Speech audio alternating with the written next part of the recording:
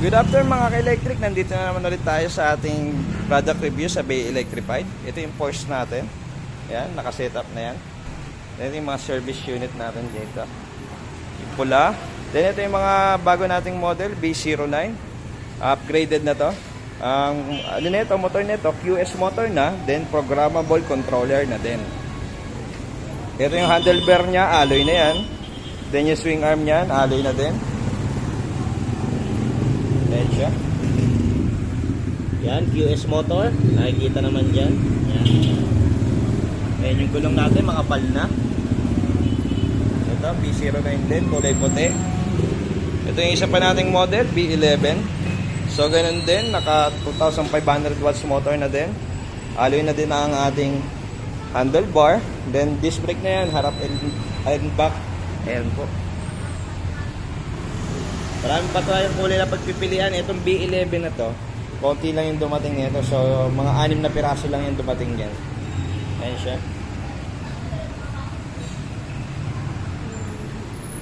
So, kung sawa na kayo dito sa ganitong kulay o forma, may B11 naman tayong pagpipilian. So, yan, nagko-customize din kami. Yung Porsche natin. Ayan siya.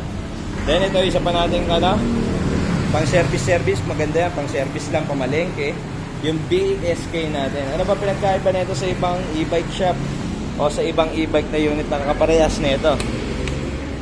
Ito, digital panel na to. Then may remote control din ikaw para magamit mo siya kahit. Ayan, nakakilis. Ayan, ma-operate mo siya kahit walang susi. Ayan. Tinanggal ko yung susi, naka-open siya. Then pagpatay niya, ito lang, pindutin mo lang itong unlock. Yan, automatic na yan. May alarm din yan na kasama. 12,000 pesos lang yan. Ayan siya. Then ito naman yung upgraded natin na T03 na may specs na 1,000 watts motor. Then yung battery niya, 5 piraso na 12 volts, bali ano yan, 72 volts na yan. 6 na pirasong 12 volts na 20 ampere. Ayan siya. Eto, meron na tayong signal light na kasama dito sa ating side mirror. Ayan siya. Then may crown light na rin, nakikita nyo dyan sa taas. Then ito, LED na rin yan. Then makikita nyo, mapapansin nyo, disc brake na yan, harap tsaka likod din. Ayan. Then may compartment tayo dito, dalawa. Isa dito sa under seat at meron pa dito tayo sa likod. Ayan siya. Yan, previous na ito. May Bluetooth speaker ka na kasama, tsaka mini fan. Ayan siya. Ayan, disc brake para sa oil natin. Kung maglalagay kayo ng oil para sa disc brake natin, nandiyan na siya. Ayan, visit lang kayo dito sa aming lugar sa may Nagpayong Pasig City. Or mag-inquire kayo sa aming page. Mamaya pa, lalagay ko yung link namin sa may description. Ayan siya. Marami pa tayong kulay dito sa may kabila nating shop.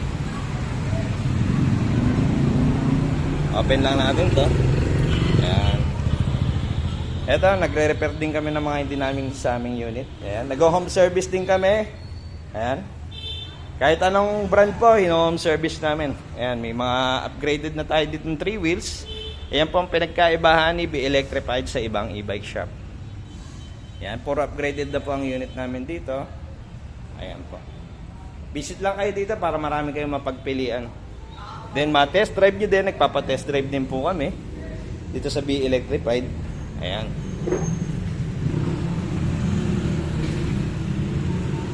Ayan, mga nagpapagawa. Hindi namin yan unit. Bali, mga customer namin sila. Dito na nagpapa-repair. Ayan. So, nag-home service din kami. Kung wala kayong time magpunta sa shop namin, nag-home service kami. Inquire lang kayo sa page namin. Be Electrified. Ayan. Bebenta rin kami ng mga parts dito. Then, yan, yung ano natin, mga battery natin available. Motor. Controllers, nandiyan din. Ayan.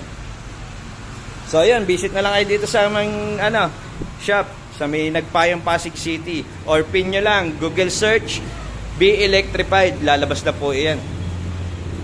So, yun lang. Peace.